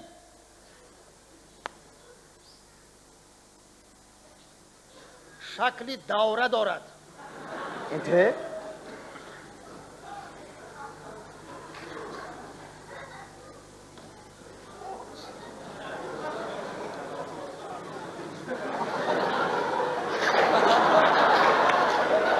انتر؟ انتر برده بداخیش.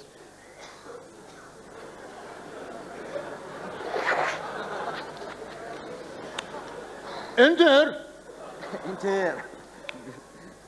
بیا انتر با رحمت برده بداخیش. ما نه از انتر اومدیم. بعدی هم مجلس همه انتر برفتن. فهمیدم که انتر چی بود است. برده بداخیش. من نمیفهمم، یا شما شوخی میکنید یا خیلی گربه. لیکن برده بداخیش غزلی که من خواندم برده بداخیش، من آخر از خودم فکر کردم نخوندم که برده بداخیش وای مال شاعر است، انیقدر شاعره برده بداخیش وای غزل زیبونیسا است. کدام زیبونیسا؟ چه کدام؟ همین زیبونیسای خودمون. شاعر است زیبونیسا. رستم و برده بداخیش چیکار رستم و اینجا چی دخل داره؟ چی دخل دارد؟ زیبونیسا رستم و تمام دنیا میداند وای. کمانکش وای میزند بدنگی. هل بدنگی برده بداخیش شاعر است زیبونیسا. رستم و وای چمپیون که وای دنیای بلرزه آورد. برده بداخیش شعری مخفی آخر. چه؟ همین شعری خواندگیت مخفی بود می؟ شعری مخفی برده بداخیش. ای بچه او شعر مخفی باشد برای چی تو شعری مخفی از صحنه میخوانی؟ شعر مخفی نه، شعر از آن زیبونیسا تخلص شاعریش مخفی آخر. نخواد همین رو ندارید برده بداخیش. کتاب های چاپ شده که همین زیبونیسا کلیچکه مخفی گرفت اسمت. برده بداخیش شاعر از زیبونیسا تخلص شاعر زیبونیسا رستم و مخفی اونا. برده بداخیش چیکار شاعر از زیبونیسا همه وای غزلاش هم میدونن وای شعبایتی همه میدونن که وای میخواند. من نمیفهم برده بداخیش زیب و زینت بس همینم نامی من رستم و همه میدونن وای درست من همه میدونن. شاعر است کلاسیکه برده بداخیش. نه نمیفهم. از شعری کلاسیکه درست گفتی. وای هم شعریم همه. چه شعری کلاسیکه برده بداخیش. وای خونه‌شون اون طرفی جو بود، خونه ما این طرفی جو. شاعر از زیبونیسا با تخلص مخفی از کلاسیک شاعری کلاسیکی خانه و کتاب‌ها چینده ماندگی. بیا من یک دوسیه چطور میگم. وای سنگرزاده چی گفت؟ چی گفت سنگرزاده؟ سنگرزاده نخوان میگوید برده بداخیش. شعر همشهری من نخوانگو؟ سنگرزاده یا؟ سنگرزاده تو میخوانی؟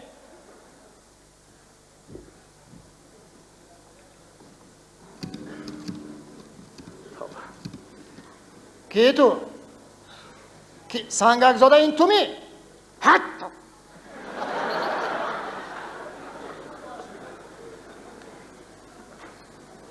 تو چی با شعر نخوان گفتی؟ شعر رستم و باید چرا گفته غمزه کن؟ زیبونیسا مخفی اونا. ای بچه ای تو سواد صدقه اینستیتوت شو کجا خوندگی تو؟ با فکرم باز یک 4 این اینستیتوت دیگه خونده تمام کنی هم نمیفهمی ها؟ ای کاردار نشو. وای شعر مخفی نه، تو خودت مخفی. وای وای زبونی سو وای همشهری من من خونت کاردار نشو من کاردار نشو گفتم که من خون نگیرد خب شد نه تو زیب نشو جیان آوازت بد نی طاقت کردن ممکن تشکر معلم. من بعد چون من بعد شعری که تیار کردی پیش هر کس بند نخونده راست پیش خودم بیا اول زیر معناش معین میکنیم شاعر چی میخواهد تو چی میخواهی من چی میخواهم تماشابین چی میخواهد اینا انیق کردن نکن انا بعد از صحنه برآمده که میخوانید زبان گمرس میزند بالای سرود چخل میشد انا میخل میشد باوری دارم که همین گفتگی من اگر رعایت کنی و همین شعر سرود تیار کنی از جان جوری با یک آواز 10 خال میکنم تو بعد اما راست پسی کارت شد بارک الله راو غرق نکنید تشکر معلم. شما مثل پیشتره در فضای خوب ایجادی قرار دارید. همکاران و همکسبان شما را همچون یک هنرمند برجسته، همچون یک مردی که دایم مهنت میکند میشناسند و میپذیرند و هنری خود را دوست میدارند. عموما روزی کاری شما چگونه آغاز میشود؟ من روزی کاری ندارم به فکرم. بیگانه خانه میرم حتما خیلی اولا بسیار انسانی خوب است.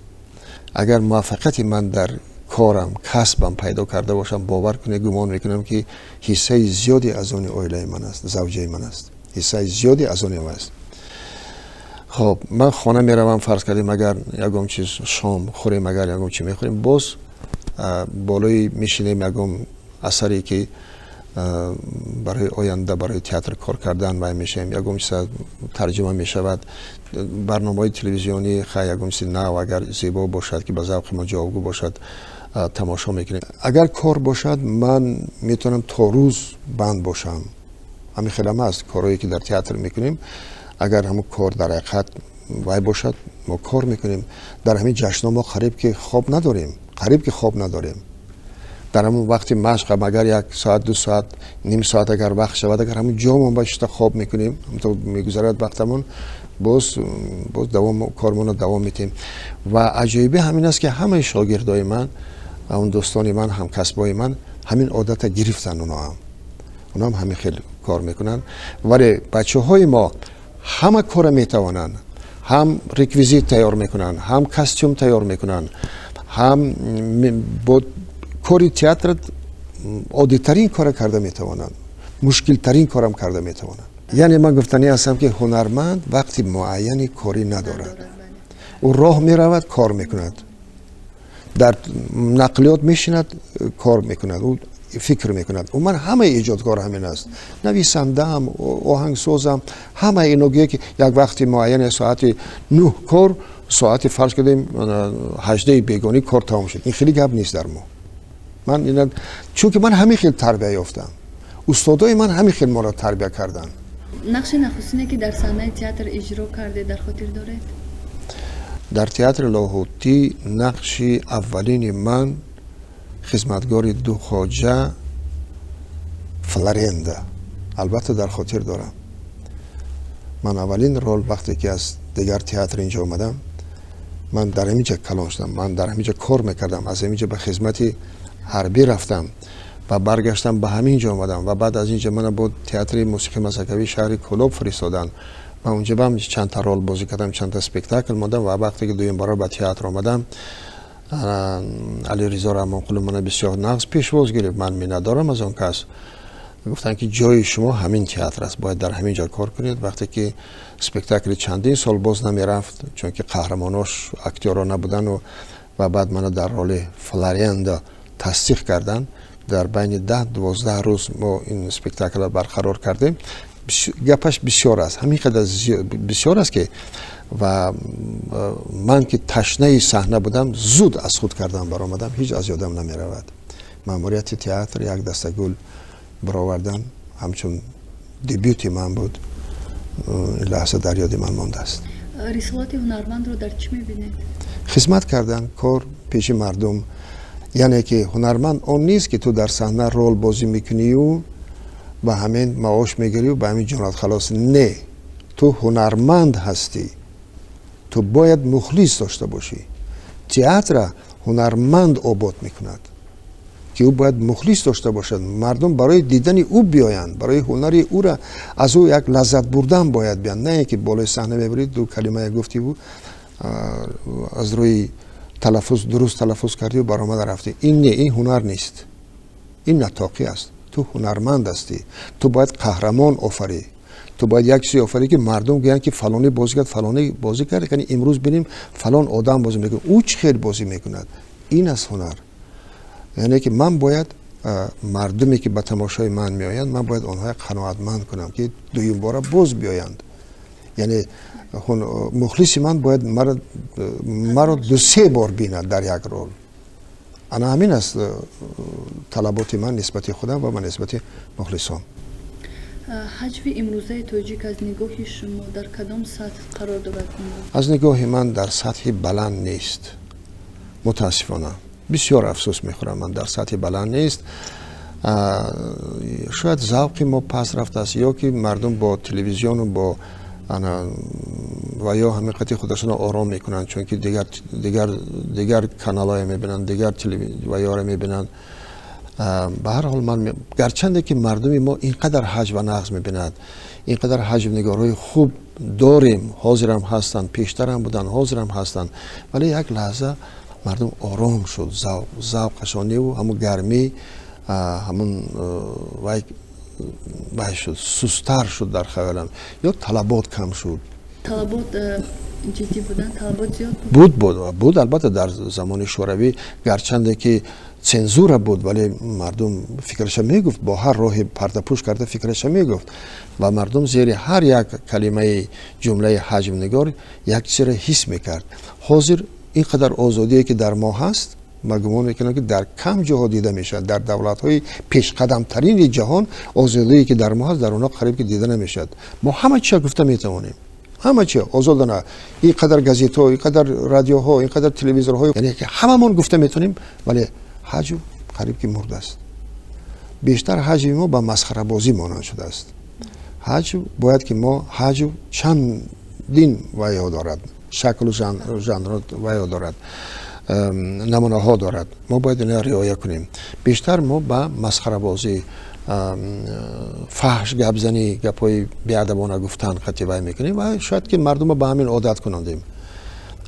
حجم از نگاه من باید دوخوره باشد که پهلوی او را یافته نمانده کار که زیر این مفهوم چیه گذاشت، تماشابین مجبور شود کابد و بعد او حجم نیست که همون لحظه گویی او مسخره بازی است، همون لحظه گفتی خندیدی آرام شدی برآمد رفتی. نه، حجم همون حجمی هست که او 10 ساله ها اقلا 1 سال 2 سال مردم باید گیردی همون گپ زنند و خنده کنند و از راحت بینند. من از حجم نگارها فقط ارکد رایکنن قبول دارم که دیگرها همه شاگردای او هستند، از او آموختن بسیار چیزهای. او یگانه بود. سری موفقیت خود رو در چی میبینید؟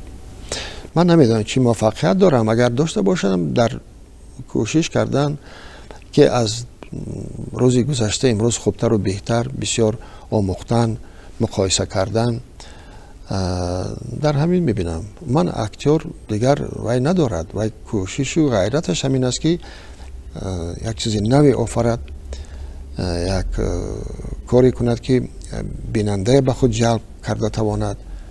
من اصلا هنرمندی با عقل دانشمند دوست میدارم. شبی تابستان بی بی ریحان رحمتون بازار با خیلی ارزان بی بی ریحان رحمتون چای تلخدم کرده بی بی ریحان رحمتون تکلیف کنید خونتون بی بی ریحان رحمتون چای تلخدم کرده بی بی ریحان رحمتون تکلیف کنید خونتون بی بی ریحان رحمتون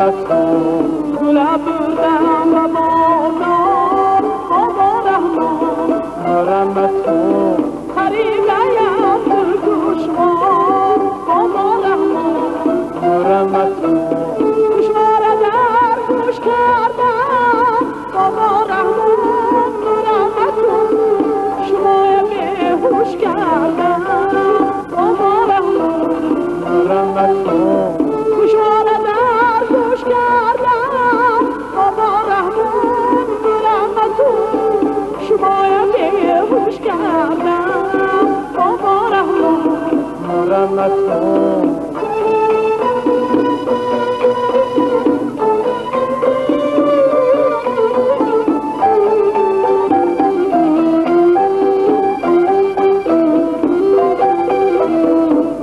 تگی لانه بی بی رایتو رحمتو دیدم ماهی تابانه بی بی رایتو رحمتو زلفاش زده شانه بی بی ریحان رحمتو عاشقم سوزانه بی بی ریحان رحمتو زلفاش زده شانه بی بی ریحان رحمتون عاشقم سوزانه بی بی ریحان رحمتون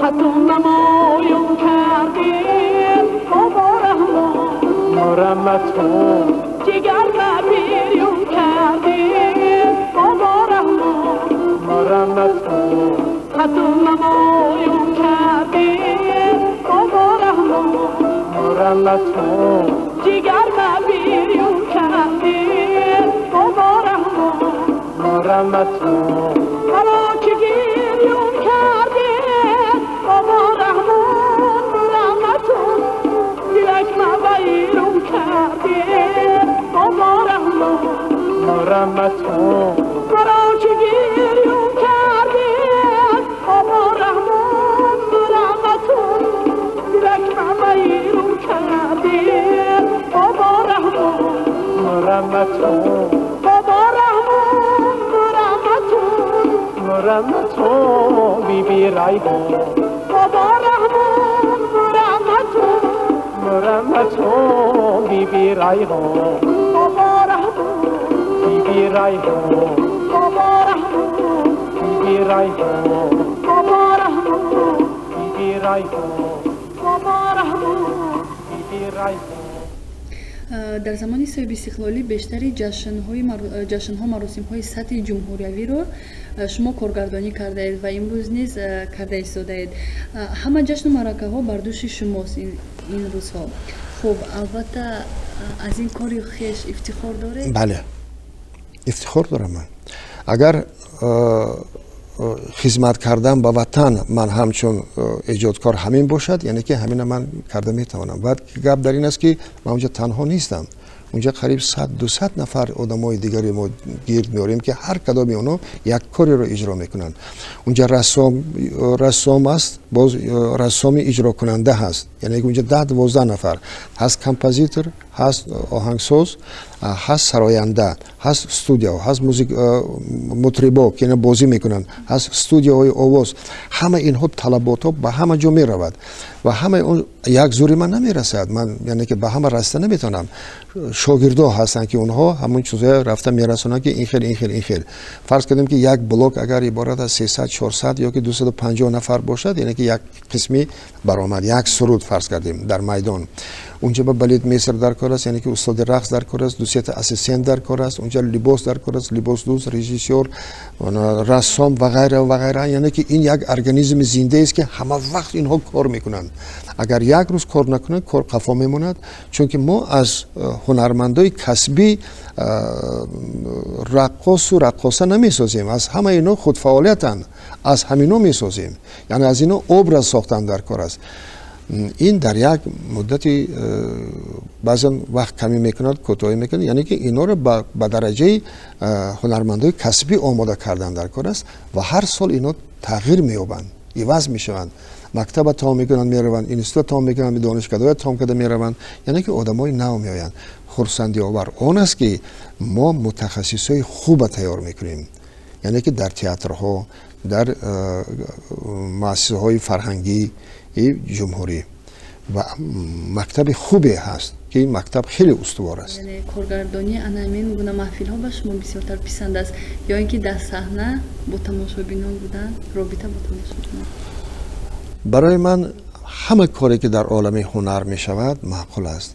رئیسیاری تماما یک مکتبی دیگر است، ولی چون شما بالای صحنه می آیید و با تماشابین یکه به یکه صحبت میکنید و میبینید که سخن شما رفته رسید و از اون طرف جواب برمیگردد، یعنی که جواب خوب برمیگردد، البته این کیفیت دیگر دارد. رئیسیاری با تماما یک عالم دیگر است. اون عالم عقل است، عالم دانش است، عالم فلسفه است، عالم پسیکولوژی است و غیره و غیره. هر کدام اینها جای خودش دارد. برای همین هم در زندگی ما با گفتی همون بچه باغچه که انا ما در پیر و یکم میخوریم، در افطارهای دوم گفته که برین یعنی که اینم غذای روحی است، غذای معنوی است. هر چیزی که با غذای ما، با روح ما منفعت میبخشد قابل قبول است. این لحظه با مخلصان خود، با هواداران خود شاید لطیفه ای را نقل میکنید؟ لطیفه تبشان بولیده کردن. گرچنده که تیار نبودم، خیلی اون چیز میگم در محفلی که همه علما اشتراک دارند